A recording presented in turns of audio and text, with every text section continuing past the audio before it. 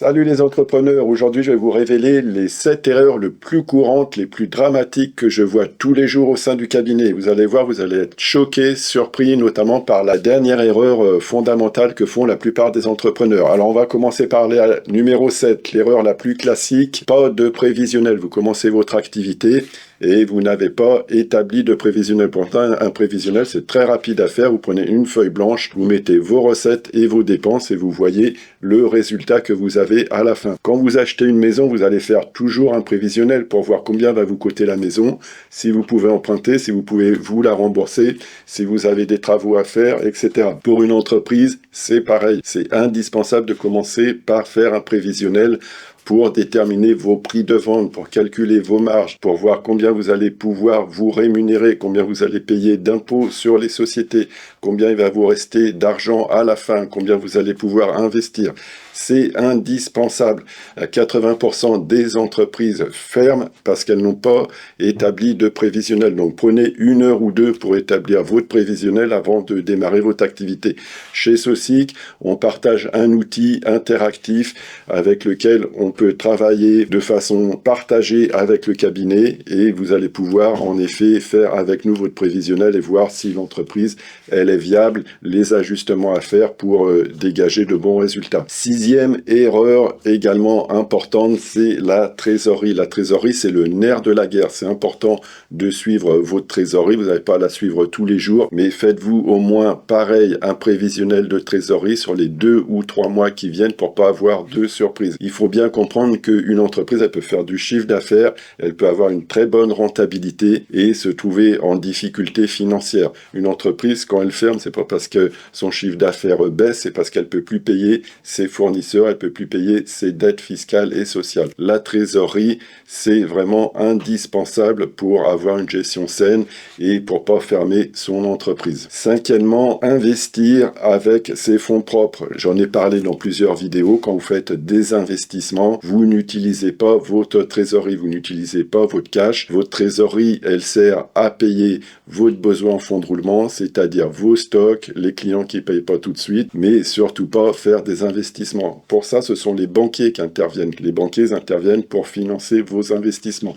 Votre trésorerie, faut la garder pour faire face aux aléas, pour faire face aux besoins courants de gestion de votre entreprise, mais surtout pas pour faire vos investissements. Ensuite, la quatrième erreur fondamentale, le choix de la forme juridique. Le choix de la forme juridique, avant de vous lancer, réfléchissez bien. Vous pouvez perdre plusieurs milliers d'euros en ne prenant pas la bonne forme juridique. Je fais beaucoup de vidéos sur ce sujet. Vous avez vu la dernière notamment, comparer la micro à la SASU. On a une différence de 20 000 euros. Vous vous rendez compte, 20 000 euros en faveur de la micro par rapport à la SASU. Il y a beaucoup d'autres erreurs qui peuvent être faites par les entrepreneurs, notamment si vous êtes situé en ZRR ou en zone franche urbaine.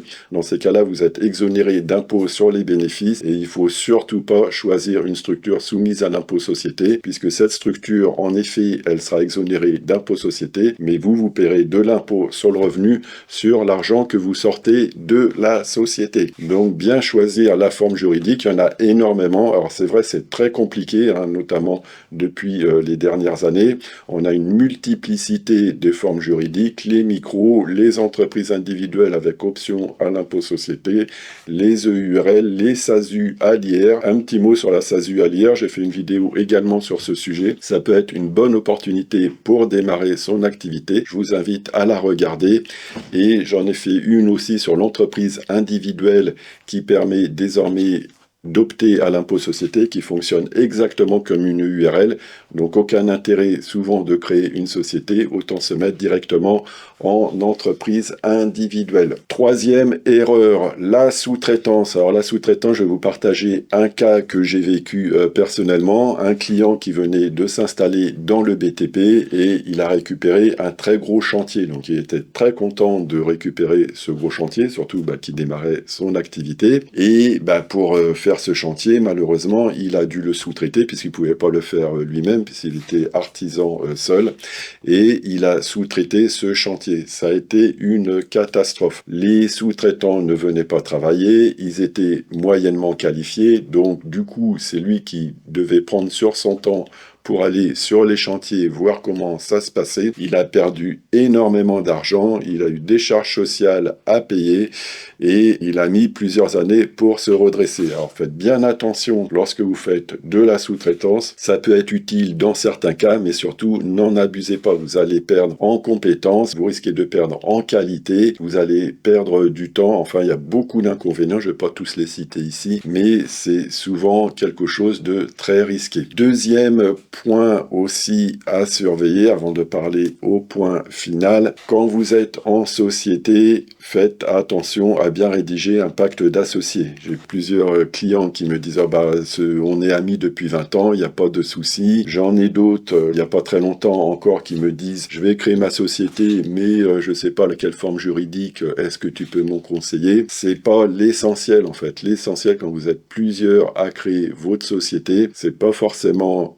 la forme juridique, bien que ça soit important, on en a parlé, mais ce qui est encore plus important que tout, c'est bien rédiger un pacte d'associés. Le pacte d'associés, ça va déterminer comment va fonctionner l'entreprise. C'est un document annexe des statuts où on va tout déterminer. Si un associé veut partir, comment c'est possible? Si un associé, par exemple, veut vendre ses parts, à quel montant ce sera? Comment on va se rémunérer entre associés? Bien fixer les règles du jeu dès le départ pour qu'il n'y ait pas d'ambiguïté. Il y a 60% des litiges entre associés qui se terminent devant les tribunaux. Vous voyez, c'est énorme. Vous pouvez avoir l'associé qui travaille plus dans l'entreprise et qui a la moitié des parts.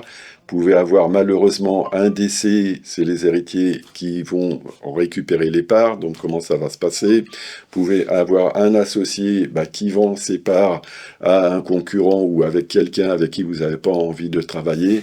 Tout ça, faut le rédiger, faut l'écrire dans le pacte d'associés. C'est hyper important. Et enfin, dernière erreur, l'erreur que je vois le plus souvent, c'est manque d'anticipation des charges fiscales et sociales. Alors ça peut vraiment couler votre entreprise. Je l'ai vu plusieurs fois, je l'ai rencontré plusieurs fois. Il faut savoir que les charges sociales, les impôts, souvent vous les payez l'année suivante, notamment l'impôt société, notamment si vous êtes non salarié, les régularisations de cotisations sociales. Tout ça, faut le prévoir, faut l'anticiper pour ne pas être pris à la gorge et pouvoir continuer à exercer sereinement son activité. Je sais aussi que quand on finit le bilan, on vous dit toutes les cotisations sociales que vous aurez à payer l'année suivante, ainsi que les impôts qu'il pourrait y avoir éventuellement à payer. Pareil, ça rejoint la trésorerie. Anticipez vos charges sociales, anticipez vos cotisations sociales pour ne pas être pris à la gorge et exercer votre activité. Voilà, j'espère que cette vidéo vous a donné des informations intéressantes. N'hésitez pas à liker, n'hésitez pas à poster des commentaires, j'y répondrai avec plaisir et je vous dis à très bientôt.